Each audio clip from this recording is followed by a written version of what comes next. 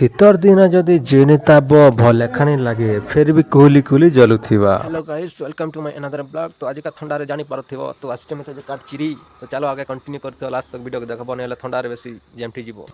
जो तब्बाले भल नहीं लाଗୁथा जे मैं काट बुन गोटे बेटिया से चिरी पकासी देख मोर टांगिया चोट से दिनिया जदि काट चिरू छ बोला भाई जानी थो जे थंडा छड़ी खाजीबा तो एटा चिरी कर मैं साइज कर भी रखी पकासी चिरबा लगी मजा लगुच लेकिन शीत नहीं छाड़ा बता शीत छाड़वा हेले कहो जे ठंडा करुचे जी